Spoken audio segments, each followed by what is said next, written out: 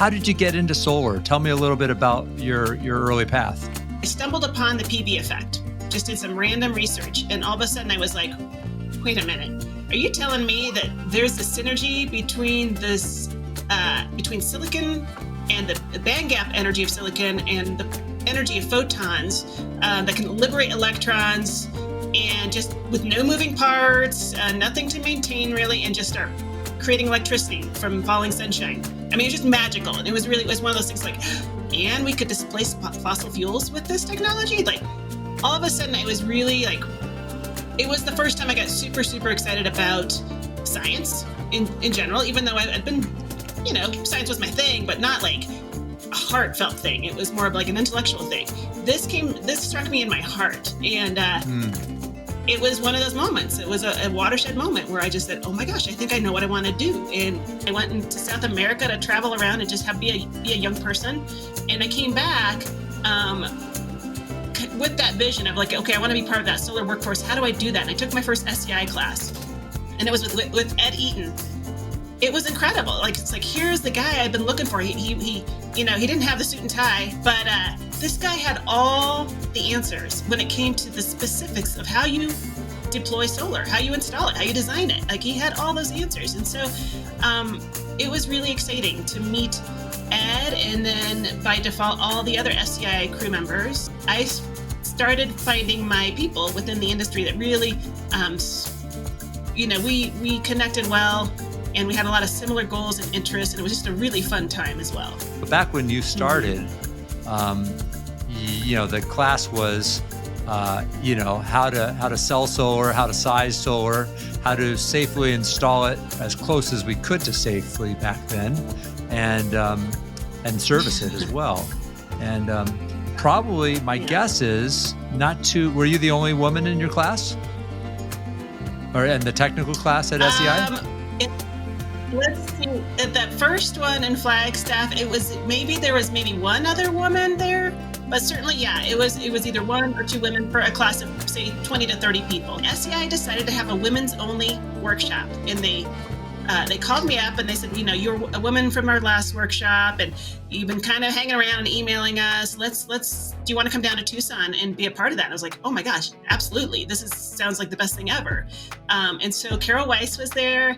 Ed Eaton actually taught the first one. Lori Stone was there, and they just started realizing, hey, like, we need to make this a more comfortable space for women to enter. And let's try something. Let's try a women's only workshop and see if they start coming around.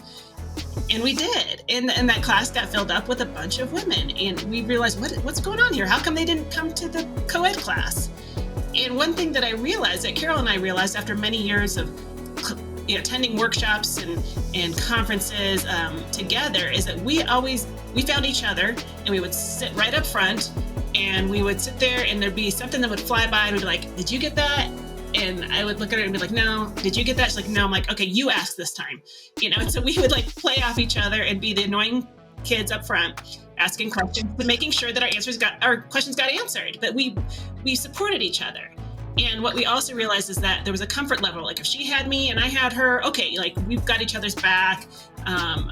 She's got the same question I do, so it's not a dumb question, So we just realized that there was a power there was a comfort level there that we had identified. And when we started teaching these classes, because after the first one, Ed was like, you ladies got to teach this. I can't teach a women's course. This is ridiculous. So we said, okay. So a bunch of us got together and worked that next course. It was probably about 4 of us, and worked out who's going to teach what and who's got strength where, and worked together to present a women's only course taught by women. And we had a ball.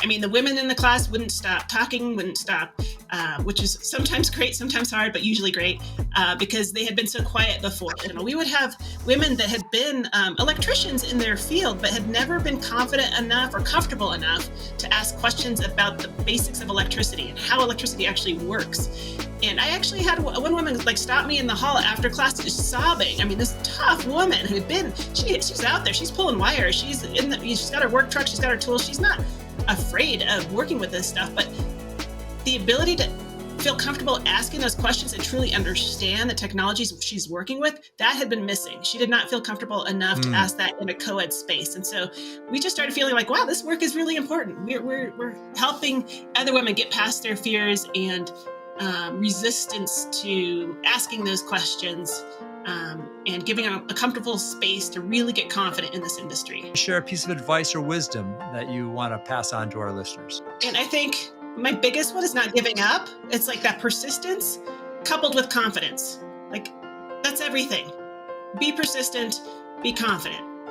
Even if the confidence might not be warranted quite yet, but just know that you're gonna find the answers. If you try hard enough, if you push hard enough, and you don't give up, you're gonna get to your goal. You're gonna get there. You're gonna get that job you want, or that project through, or that position on the board you've been looking for. Like, just don't give up.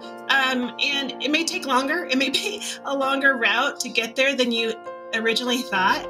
It'll happen, and maybe it won't ever go away. There's so many opportunities and wonderful people in this space. It should be a no-brainer for us to have a more of a equal numbers situation going on. But for some reason we still don't. But I certainly would encourage any woman who's thinking about entering this industry to go for it. It's a great space.